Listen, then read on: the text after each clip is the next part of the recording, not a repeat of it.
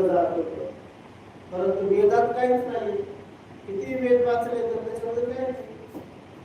वरुण, वरुणाची पूजा आहे, वरुण देवता तू असा असा गरज, मी तुला अशा प्रकारे पाणी वाहतो. हे इंद्र देवता तू असं पाणी पाड, मी तुला अशा प्रकारची पूजा तुझी करतो.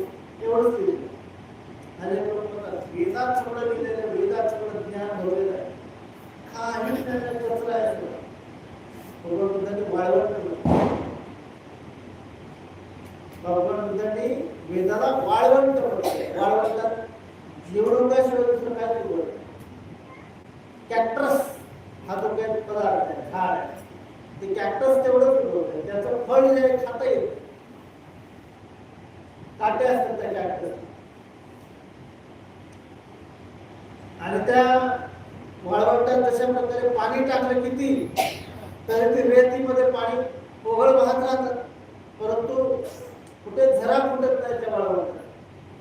तसं वेद किती वाचले तरी बोध उत्पन्न होतो.